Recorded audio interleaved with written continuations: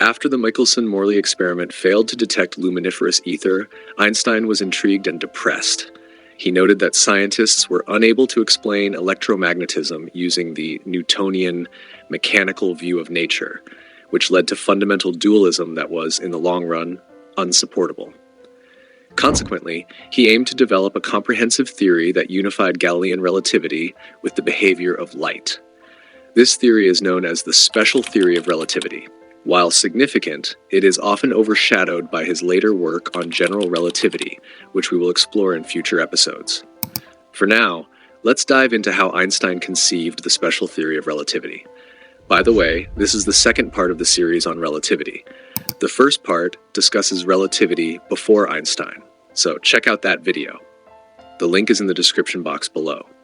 Let's start today's video. How Einstein developed the theory of special relativity.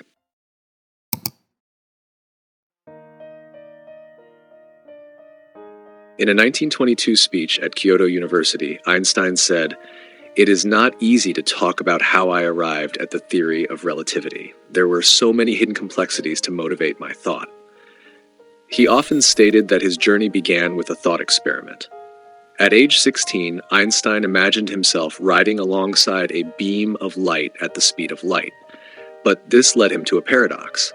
He said, "If I pursue a beam of light with the velocity of light in a vacuum, I should observe such a beam of light as an electromagnetic field at rest, though spatially oscillating." There seems to be no such thing, however, neither on the basis of experience nor according to Maxwell's equations.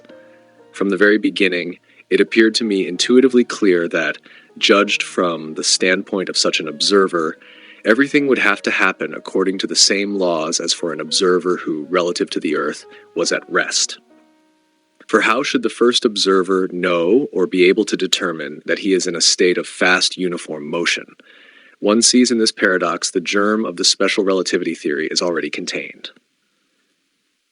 However, Einstein did not know that this paradox would haunt him for the next decade and lead to one of his greatest achievements, the special theory of relativity, along with the famous equation E = mc squared. This thought experiment highlighted the inconsistency between the perceived rest state of a light beam and Maxwell's equations, which dictated that the speed of light should be constant for all observers in uniform motion. Einstein was uncomfortable with the concept of a frozen light beam, so he rejected the ether theory of light waves. Ether theorists might imagine a static light beam, but for Einstein, the laws of optics needed to adhere to the principle of relativity. Simply, Maxwell's equations should hold universally for all observers moving at constant velocities. This tension manifested as a state of psychic tension, which he found deeply disturbing. He later recalled, "At the very beginning, when the special theory of relativity began to germinate in me, I was visited by all sorts of nervous conflicts. When young, I used to go away for weeks in a state of confusion." Another critical aspect of Einstein's thought process was his realization of an asymmetry in the laws of electromagnetism. When a magnet moves relative to a wire loop, an electric current is produced. Einstein observed that the resulting electric current is identical regardless of whether the magnet is moving and the coil is stationary, or the coil is moving and the magnet is stationary. This realization came from his understanding of his family's electrical generators and his study of August Book on Introduction to Maxwell's theory of electricity. According to the Maxwell-Lorentz theory, the theoretical interpretation of the phenomenon is very different for the two cases. In the first case, Faraday's law of induction posited that the magnet's motion through the ether created an electric field, while in the second case, Lorentz's force law suggested a current was induced by the motion of the conducting coil through the magnetic field. The notion that these two cases should fundamentally differ was unacceptable to Einstein. Throughout his education, Einstein grappled with the concept of ether, which was fundamental to defining at rest in electrical induction theories. As a student at Zurich Polytechnic, he expressed skepticism about the ether's physical meaning in theories of electricity. Nevertheless, he engaged in practical attempts to detect ether, inspired by his mentor, Professor Weber, who recommended Wilhelm Wien's paper discussing the null results of numerous ether detection experiments, including those by Michelson and Morley. By 1905, Einstein had familiarized himself with Lorentz's work, particularly the 1895 book Attempt at a Theory of Electrical and Optical Phenomena in Moving Bodies, which detailed various failed attempts to detect the ether before proposing the theory of contractions. This comprehensive study of ether theories and experiments further solidified Einstein's resolve to develop a theory that combined the principles of relativity with the constancy of the speed of light. The Michelson-Morley experiment aimed to detect the presence of luminiferous ether, but concluded that there was no difference in the speed of light regardless of the observer's movement direction. This experiment provided crucial insights that paved the way for the special theory of relativity. However, Einstein's statements about the Michelson-Morley experiment varied. Initially, he claimed to have read about it only after 1905. Later, he mentioned knowing of it from Lorentz's book before 1905. Ultimately, he asserted that he took the experiment's results for granted, believing that ether drift experiments were bound to fail based on his assumptions. For him, the experiments simply reinforced his belief in Galileo's principle of relativity as applied to light waves. This likely explains why Einstein's 1905 paper on special relativity did not mention the Michelson-Morley experiment by name, nor other relevant experiments like Fizeau's work with moving water. He briefly noted the unsuccessful attempts to detect a motion of the Earth relative to the light medium, after discussing relativity concerning magnet and coil movements.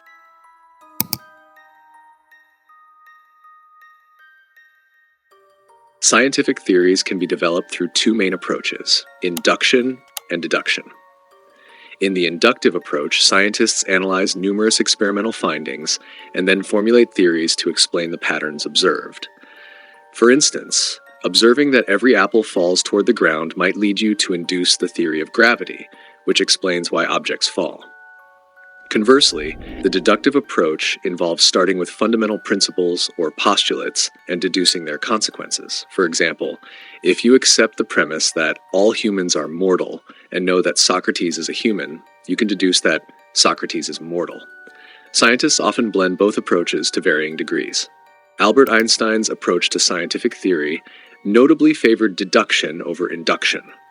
Although he had a solid grasp of experimental data, his primary focus was on deducing theories from overarching principles.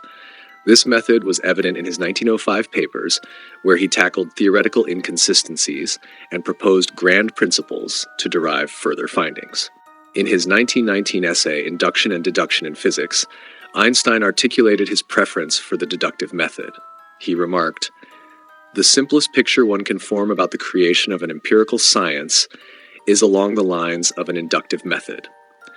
Individual facts are selected and grouped together so that the laws that connect them become apparent.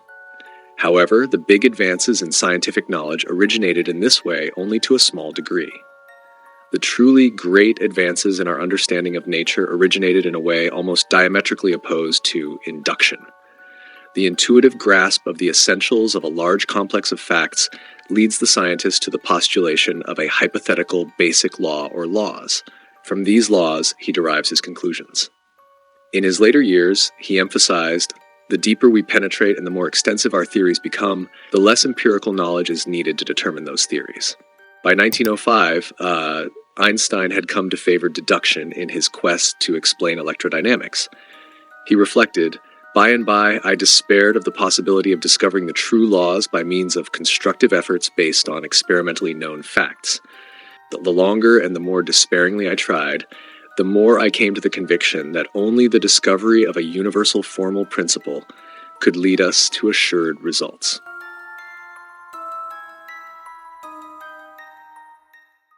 Einstein's decision to pursue his theory from a deductive approach required him to select foundational postulates.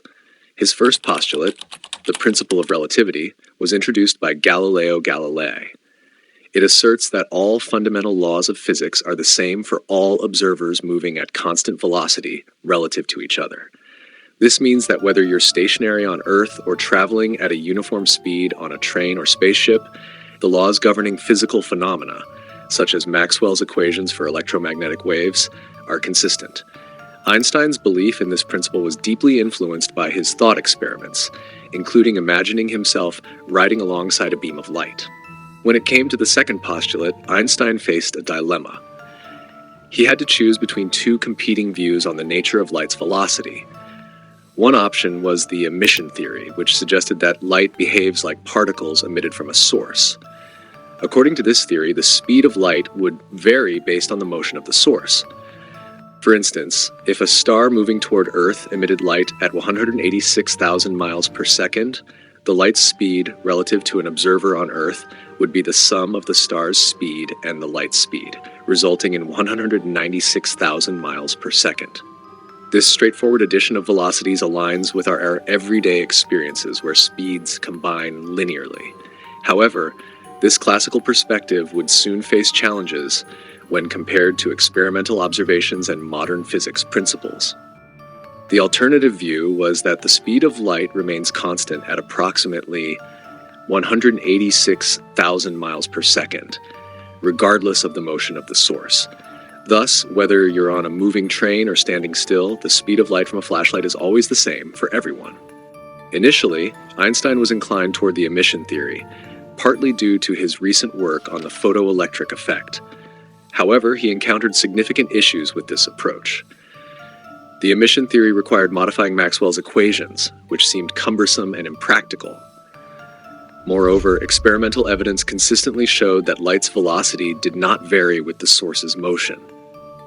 For instance, light from stars appeared to travel at a constant speed regardless of their movement. Einstein faced increasing difficulties with emission theory, particularly when considering scenarios like the refraction or reflection of light from a moving source. He observed, "It was hard to figure out what would happen when light from a moving source was refracted or reflected by a screen at rest, and wondered about the behavior of light from an accelerating source." Ultimately, Einstein rejected the emission theory and embraced the postulate that light's speed is constant. He shared with his friend Paul Ehrenfest, "I came to the conviction that all light should be defined by frequency and intensity alone, completely independently of whether it comes from a moving or stationary light source."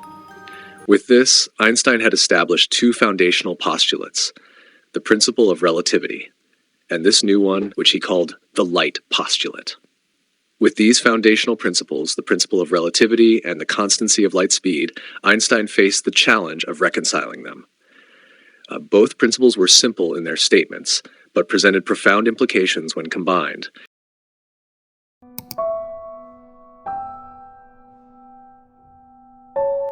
At first glance, it seemed impossible to reconcile the light postulate with the principle of relativity.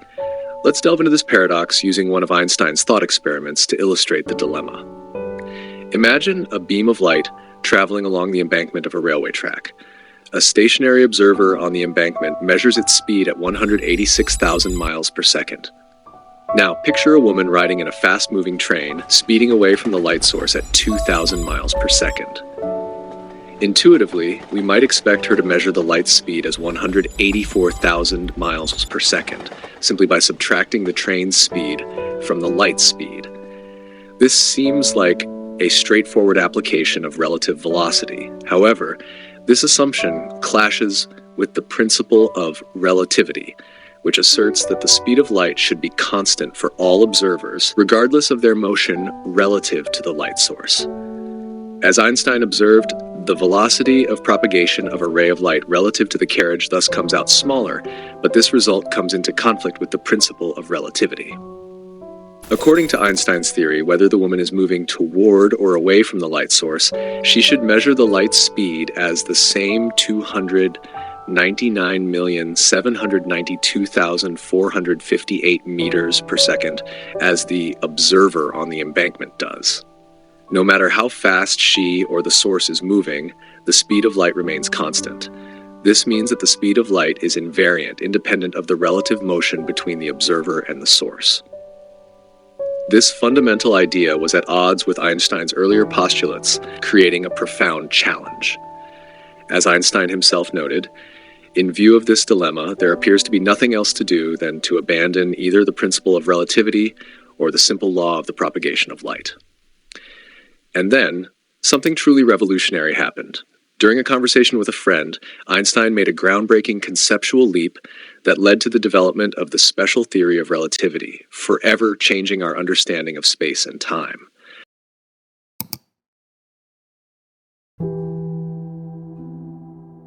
Einstein visited his close friend Michel Besso, whom he had met while studying in Zurich and later recruited to join him at the Swiss Patent Office. Einstein shared his frustration over the dilemma that had been troubling him, saying, "At one point, I'm going to give it up." But then, something clicked.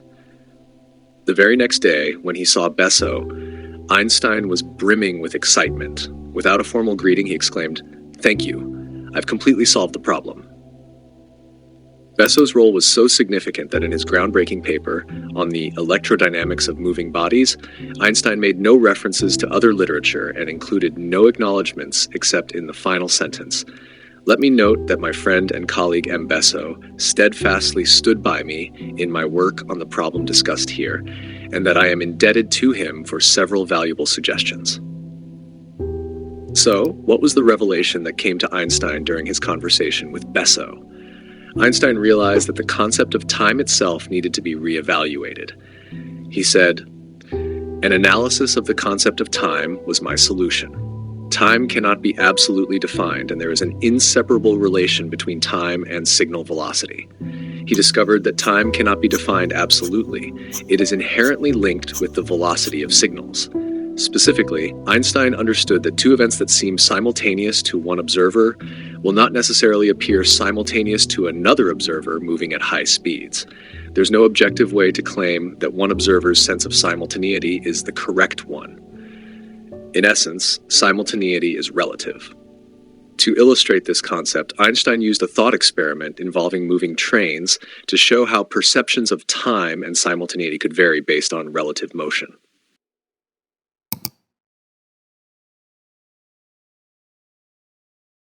If we declare that two lightning strikes occurred simultaneously, what does that actually mean?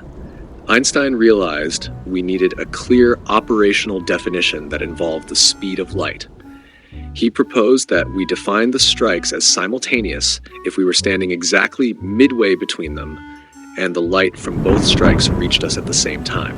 Now, consider how this scenario looks to a passenger moving rapidly on a train along the track. In a 1916 book designed to explain relativity to non-scientists, Einstein used the following illustration.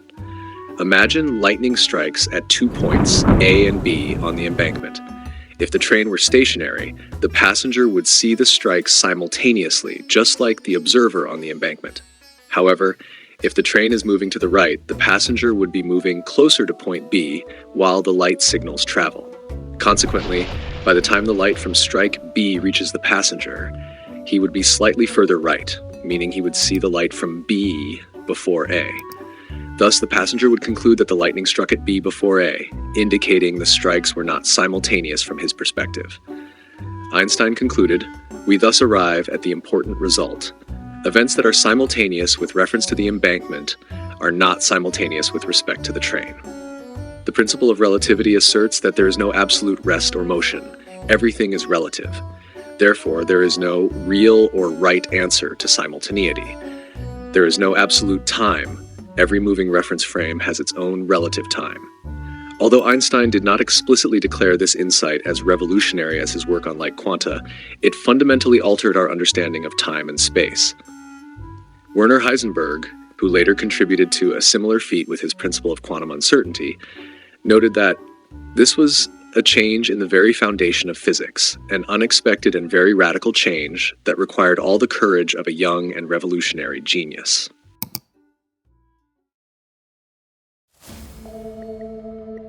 The concept of absolute time, meaning a time that exists in reality and ticks along independently of any observations, had been a mainstay of physics since Newton made it a premise of his Principia 216 years earlier.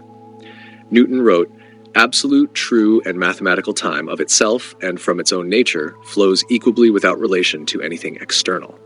He similarly described absolute space. Absolute space in its own nature, without relation to anything external, remains always similar and immovable. Yet Newton himself acknowledged the abstract nature of these concepts, admitting that Absolute time is not an object of perception, and relying on the presence of God to resolve this dilemma.